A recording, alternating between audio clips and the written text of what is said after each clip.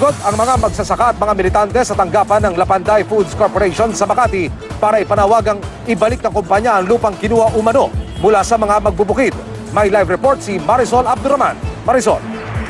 Emil, galit na sumugod nga ang mga magsasaka mula Davao kasama ang mga militanteng grupo sa tanggapan ng Lapanday Food Corporation sa Makati City. Sigaw nila, ibigay ang lupang kinuha raw sa kanila ng nasabing Food Corporation. Pinagpapalo at pinagsispa ng grupo ang gate ng tanggapan ng Lapanday Food Corporation sa Makati City.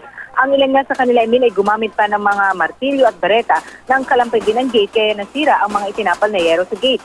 Naglagay rin sila ng streamer na may nakasulat na notice to vacate para paalisin na ang nasabing kumpanya sa mga lupang pagmamayari ng mga magsasaka na kabilang sa Madaom Agrarian Reform Beneficiaries Association Incorporated ng Davao.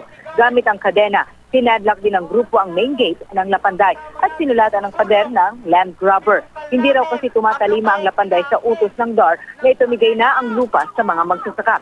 Sa galit pa nga ng ilan sa kanila, ibinato nila ang ilang puso ng saging sa loob ng compound. Meron din mga karton, plastic container ng mga mineral water at iba pa.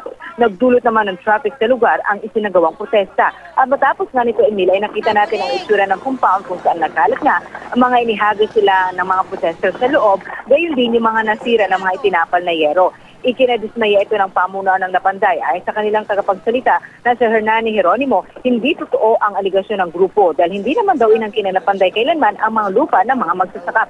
Sila raw ay binilang ng ani ng mga ito. Pinag-iisipan na raw nila ngayon ang pagsasampa ng reklamo laban sa mga nanira sa kanilang gate na anilay ng haras sa kanila at nagbandal sa kanilang pader. Agad namang nilinis ang pader at inayos ang mga nasira.